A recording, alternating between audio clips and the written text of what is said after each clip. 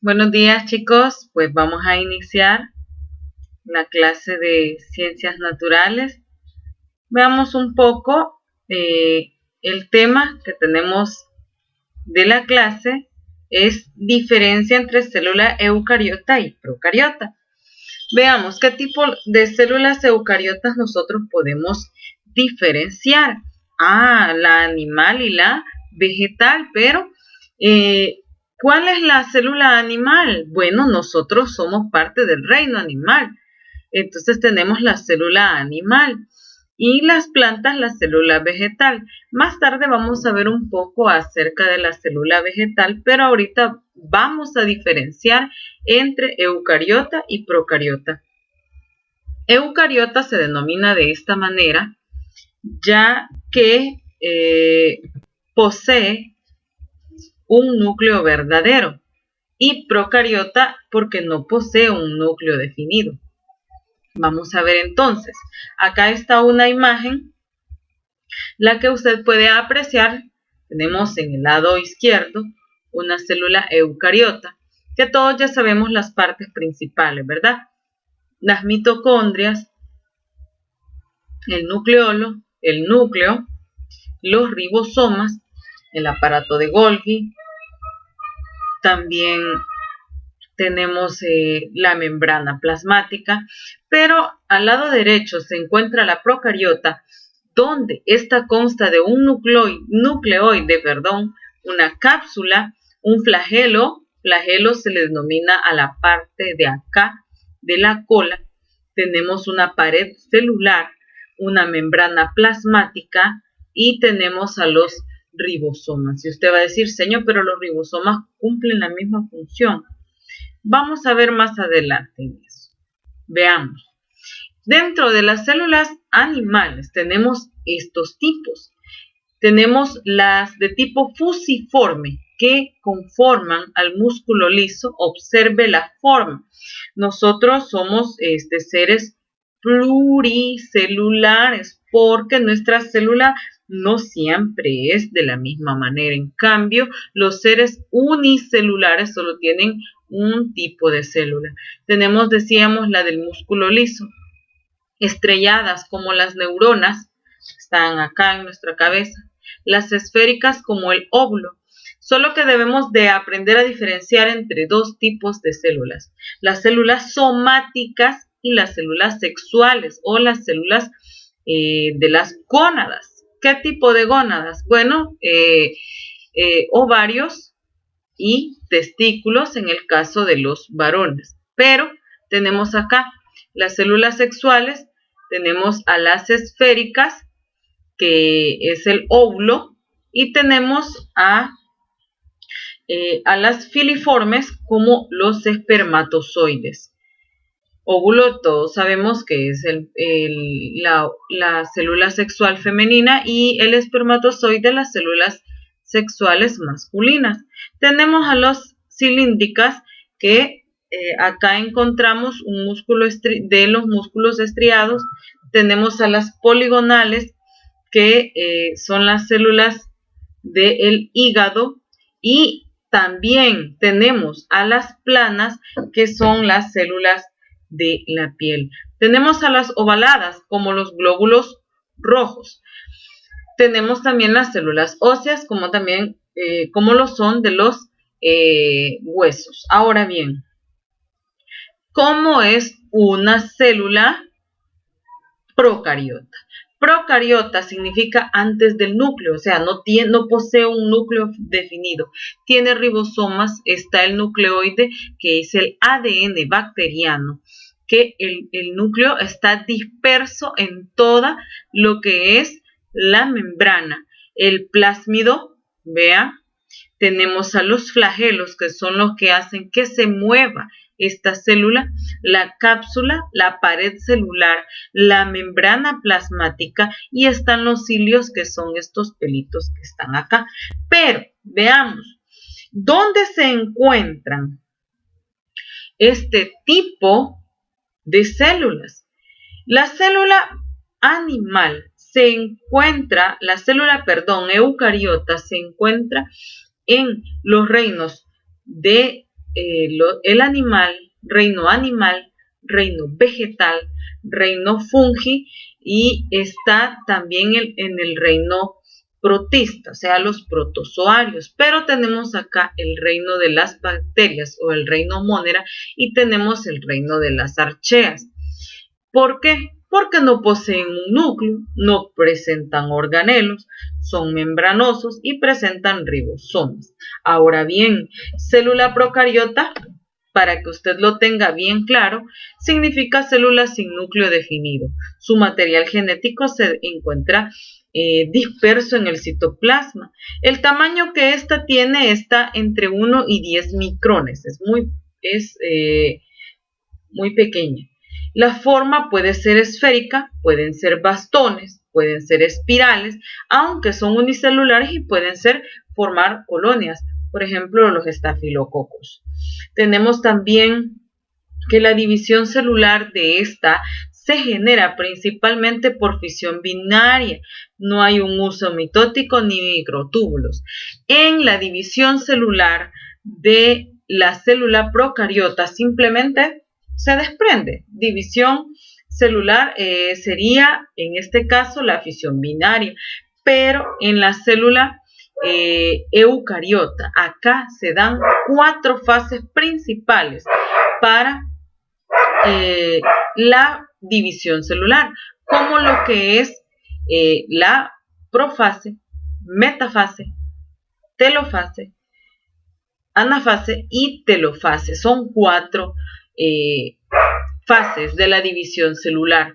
Ahora veamos, esta simplemente es por fisión celular. Ahora, las formas, como ya lo decía, puede ser en esferas, bastones, que también denominaban bacilos, y los espirales. Los genes en la célula procariota son expresados en grupos llamados operones.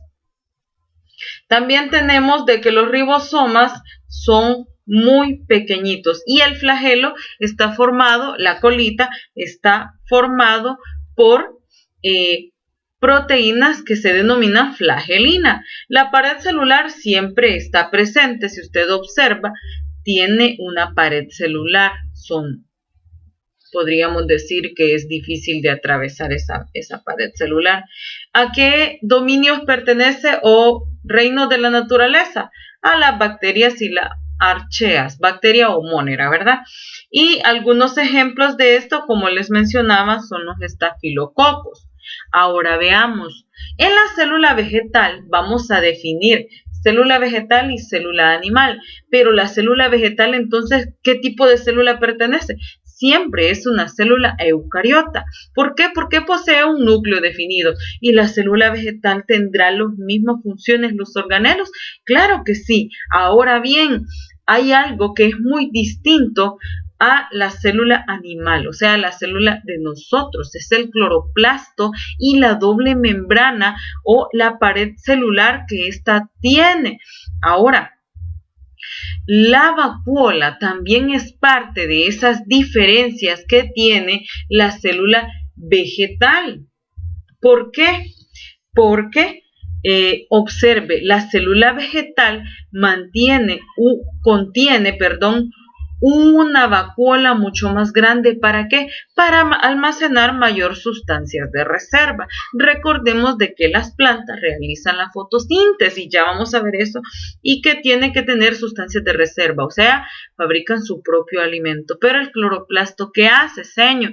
El cloroplasto le da el color verde a la planta también. Esa es una de ellas. También realiza la fotosíntesis y la pared celular, que es doble, ¿verdad? Que es la que cuida, si ustedes observan, la madera, la piel de la madera, podríamos decir piel, ¿verdad? Para que me lo entiendan, y bastante fuerte. Esa es la pared celular. Ahora, como ya vimos acá, la forma que tiene, vea, 1, 2, 3, 4, 5, tiene 6 lados, pueden ser de maneras hexagonales. Veamos, en la fotosíntesis, como ya lo decíamos, la fotosíntesis se da en el cloroplasto. Ahí adentro, pero ¿qué hay en el cloroplasto? Bueno, veamos qué es primero la fotosíntesis. La energía solar llega a la planta donde ésta se transforma de energía lumínica, pasa a energía química. ¿Cómo así? Bueno, la planta incorpora el dióxido de carbono o CO2 que nosotros denominamos, absorbe el CO2 por medio del cloroplasto y la transforma en oxígeno. Por eso veamos acá en la presentación nos dice que acá la planta incorpora el dióxido de carbono y saca o exhala oxígeno. Pero ¿qué es lo que ella fabrica? Veamos la fórmula de la fotosíntesis. Tenemos 6 moléculas de dióxido de carbono más 6 moléculas de agua hacen con el uso de la energía solar realiza lo que es la glucosa más oxígeno. Todo esto, a la fabricación de dióxido de carbono más agua y el resultado glucosa, ¿la glucosa qué es? Bueno, veamos, vamos a partir esta reacción química en dos partes. Esta es savia bruta. ¿Por qué savia bruta, señor? Porque es lo que se necesita para elaborar la savia ya elaborada en la planta o el alimento, savia elaborada. A cambio de ello, nosotros podemos obtener el oxígeno. Por eso es vital tener plantas en nuestro hogar, porque dicen, no, hombre, pongamos plantas porque teniendo plantas es más fresco. Claro, es mucho más fresco. Ahora, las plantas, ellos realizan su propio alimento. Veamos, ¿cómo se llama ese alimento? Bueno, glucosa. Vea, la energía solar o lumínica se transforma en energía química. Veamos entonces en la imagen acá, el agua. Sí, el agua no le sirve a la planta, ella solamente absorbe agua, no come tierra, ¿verdad? Sino que ella realiza su propio alimento. Tenemos también el organelo donde se realiza la fotosíntesis. Tenemos las partes del cloroplasto. Estos, como que si son un montón de cinquitos o centavitos apilados, se denominan grana. Vea, grana. Cada uno de esos centavitos, podríamos decirlo, se denominan tilacoides. El espacio entre la intermembrana es esta que queda en medio de las dos membranas. Y acá están los tilacoides del estroma. Ahora, ¿dónde se realiza la fotosíntesis? Es acá. Veamos. No se le olvide, el cloroplasto contiene la clorofila y es el responsable de realizar la fotosíntesis en la planta. ¿Cómo así clorofila? El que le da el color verde a la planta. Ahora, no vayamos a confundir esto. La planta no realiza la fotosíntesis de noche, o solo en la noche, o solo en el día. Veamos. Fotosíntesis es reacción, se denomina foto a la luz y síntesis reacción, o sea, reacciones de luz. Ahora, ¿se realiza en el día? Sí, se realiza en el día. Y entonces, la fase luminosa, o también denominada fase clara, como lo tenemos ahí donde está el sol, dice que acá es lo que ya les expliqué, cuando la energía lumínica entra y se transforma en energía química. Pero en la noche ¿qué pasa? No, esa es la fase oscura. No significa de que la planta va a realizar esto solo en lo oscuro, en la noche. No, lo puede realizar cuando está nublado. Pero acá, ¿qué es lo que ocurre? La planta absorbe macroelementos como el nitrógeno, el fósforo, el calcio, el potasio, recoge también el magnesio, el azufre, también otros microelementos como el hierro, el manganeso, el cobre, el circonio, el boro y el molibdeno. Y también tenemos en las reacciones, como ya lo dije, fase clara, la tenemos al lado izquierdo de la presentación, y la fase oscura no necesariamente es en la noche, cuando está nublado. Ahora, esta fase oscura existe algo que se llama el ciclo de Krebs, ¿verdad? Pero eso lo vamos a explicar luego. Ahora bien, si tiene dudas, por favor, hágalas saber en el chat. Veamos, hágalas saber en el chat y con gusto yo se las voy a comentar. Vamos a ver un pequeño video que espero les ayude a quedar un poquito más claro todo ello. Ahora bien, algunas características que poseen las células eucariotas. Vamos a ver las células eucariotas acá en la presentación. Veamos, no se les olvide la célula eucariota, la forma, las partes, funciones, que tenemos algunas formas variadas. Como ya lo mencionaba, aquí tenemos fusiformes estrellados y en el material yo les he puesto de que también está las presencias de los organelos, es parte de ello. Les he puesto de que las formas variadas que existen, los tamaños. Ahora, veamos un pequeño video que sé que les va a gustar muchísimo y por favor estudie la reacción química que está acá en la diapositiva. Veamos el siguiente video. Chicos, gracias por haber estado en mi clase. Gracias porque siempre nos acompañan. Pasen un bonito día y espero que vean el video porque es un repaso de lo que estamos viendo. Gracias.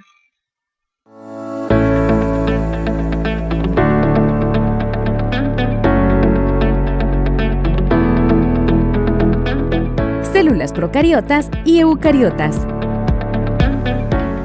Hola estimados estudiantes, bienvenidos a una clase más de Aprendamos en Casa. Esta vez vamos a continuar con una temática que hemos venido desarrollando desde las semanas anteriores. Vamos a hablar sobre la célula. Si te perdiste las clases, pues no importa, puedes visitar el canal de YouTube que aparece en pantalla, ahí encontrarás las clases anteriores y también podrás entrar para repasar. De todas maneras, vamos a hacer un recordatorio de ideas, no hay ningún problema. ¿Qué vimos antes? Bueno, primero, que todos los seres vivos están formados por al menos una célula y estas se derivan de otra preexistente, es decir, la generación espontánea no ocurre. A esta idea la llamamos teoría celular. Bien, ¿qué más hemos visto? Pues que las células también funcionan como la estructura anatómica, funcional de todos los seres vivos.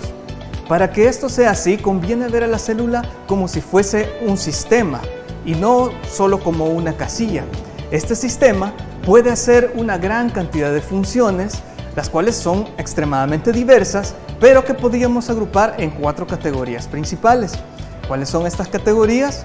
Bueno, primero, la organización.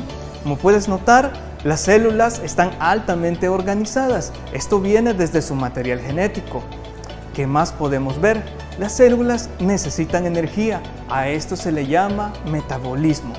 Pero además hay otra característica y es la irritabilidad. Yo sé que esta palabra puede sonar a veces un poco extraña, pero eso quiere decir que una célula puede responder a estímulos.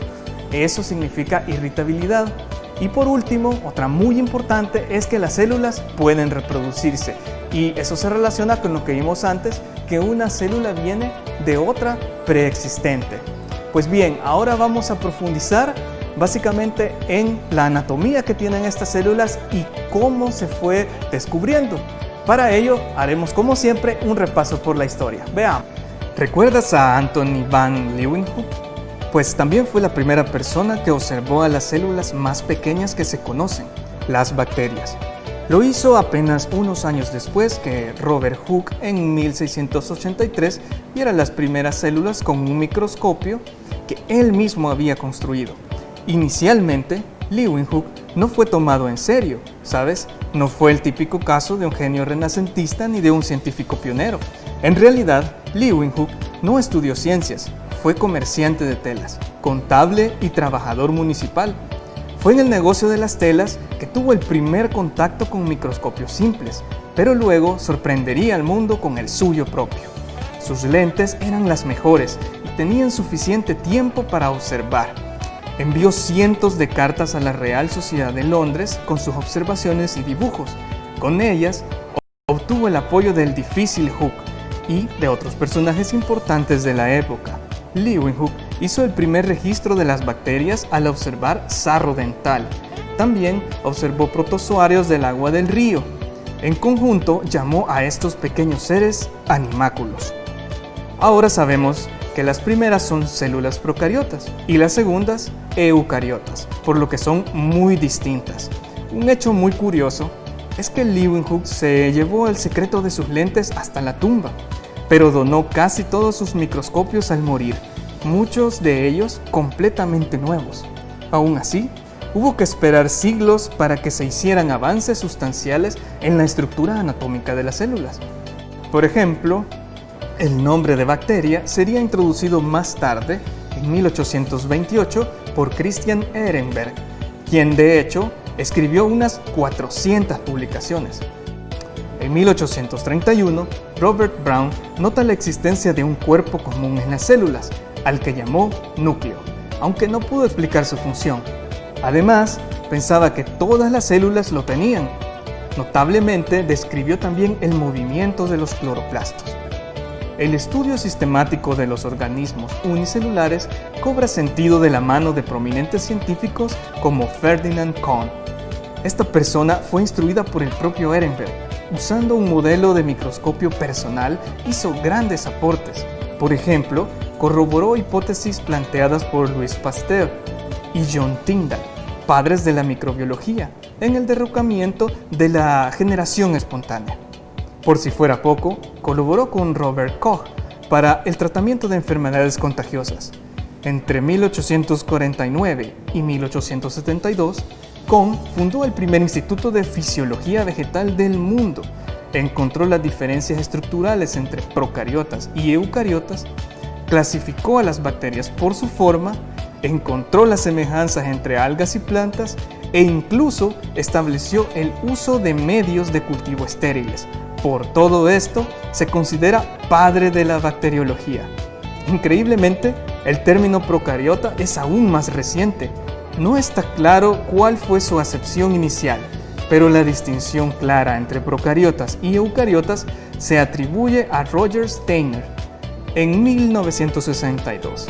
Pero aún falta otro descubrimiento crucial.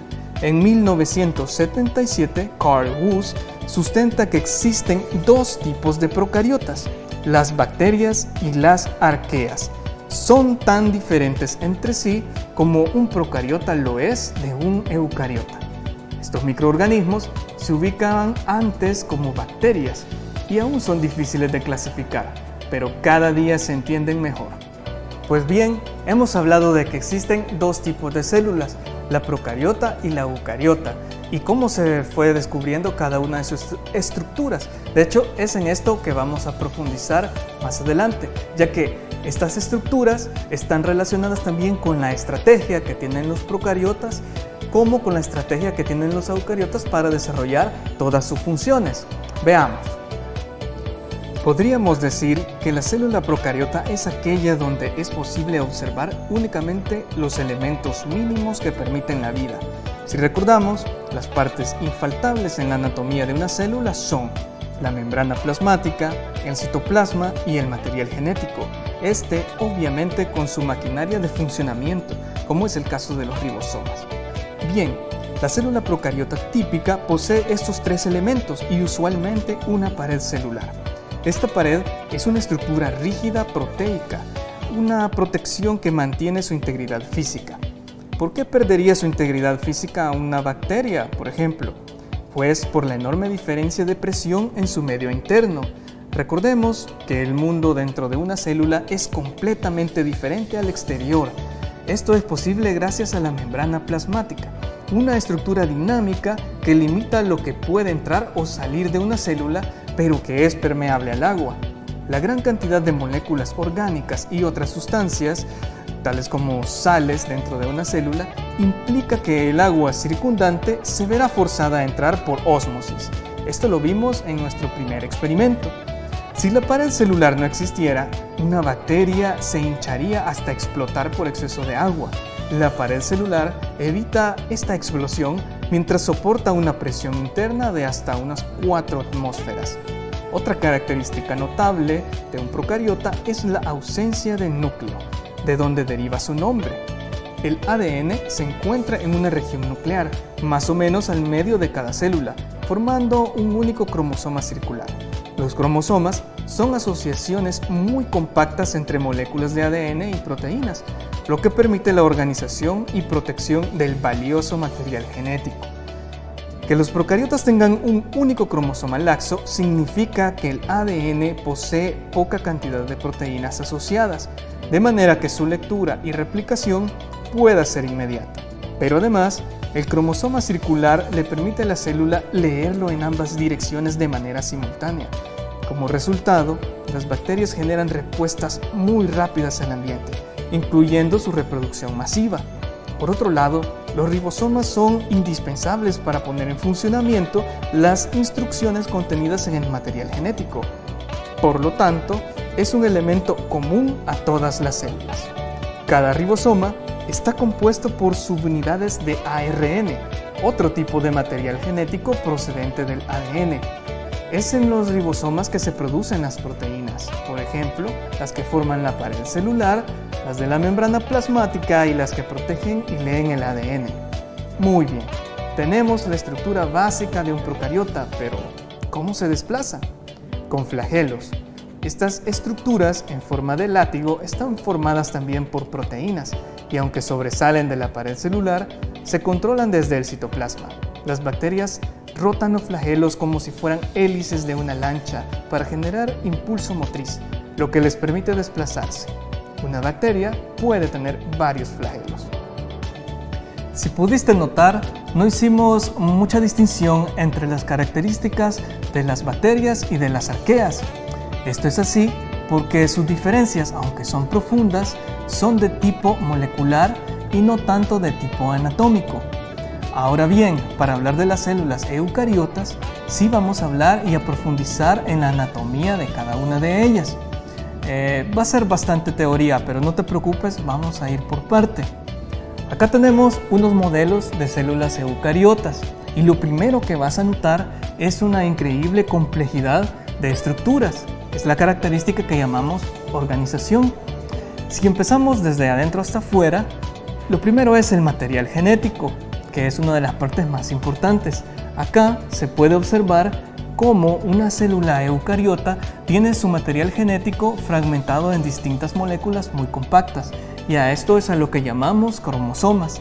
Una célula eucariota puede tener varios juegos de cromosomas, de hecho típicamente tiene 2 juegos completos. Ahora bien, todo el material genético, o sea, los cromosomas, están contenidos en otra estructura de doble membrana, a la cual llamamos núcleo. Este es una especie de centro de control, también es un organelo y además es la característica distintiva de las células eucariotas. De hecho, de ahí deriva su nombre, significa verdadero núcleo. Ahora bien, todas estas otras estructuras que están afuera también son organelos. Muchos de ellos son membranosos, como en el caso de las mitocondrias, que son estas estructuras, sería esta. En este modelo aparecen anaranjadas, también son estructuras de doble membrana y sirven como centrales energéticas de la célula. Otras estructuras importantes son el retículo endoplásmico y el aparato de Golgi, que podemos observar en estas zonas de acá. En el retículo endoplásmico básicamente lo que se hace es el ensamblaje de algunas estructuras celulares, porque ahí se preparan las proteínas, mientras que en el Golgi lo que sucede es el empacamiento de estas moléculas, o también puede ser de otras, para que sean transportadas a todas las células. Muy bien, en los vegetales existen otros organelos membranosos también, como el caso de los plastidios, que son estos que se representan en verde. Este es un organelo de doble membrana que sirve para la fotosíntesis. También observas esta gran especie de piscina que aparece en este modelo. Eso es una vacuola, que en los vegetales suele ser muy grande. No significa que no haya en los animales, pero en los vegetales es más representativa. Muy bien, pero todas estas estructuras no están flotando ahí en ese entorno acuoso, sino que más bien se encuentran contenidas en una red de proteínas a la cual denominamos citoesqueleto, y es lo que en este modelo podemos observar como forma de un centrosoma. Estos centrosomas coordinan el movimiento del citoesqueleto y eso permite que los organelos estén en su posición, en su momento, en un lugar definido, siempre que se requiera. Es decir, que los organelos pueden moverse y también la célula se puede mover. ¿Cómo se mueve una célula eucariota?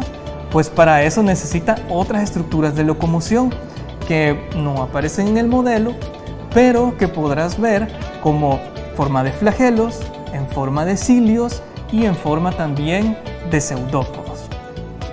Bueno, llegados hasta acá, seguramente alguien te habrá preguntado, o tú mismo te has preguntado, ¿y esto para qué me sirve? Pues bien, realmente el conocimiento sobre las células es indispensable para la ciencia de la salud. Cada una de las enfermedades que puede tener tu cuerpo o el de tus familiares se debe a una condición deteriorada de las células, ya sea por su propio material genético o por un factor externo que bien puede ser un patógeno. No hay que ser médico para tener derecho a este conocimiento, por decirlo así. Por ejemplo, ¿por qué es que utilizamos jabón para que no nos den las enfermedades? Pues porque el jabón puede romper las membranas celulares. Lo mismo ocurre con el alcohol y por eso lo utilizamos para prevenir. Bien, lamentablemente hemos llegado al final. Espero que hayas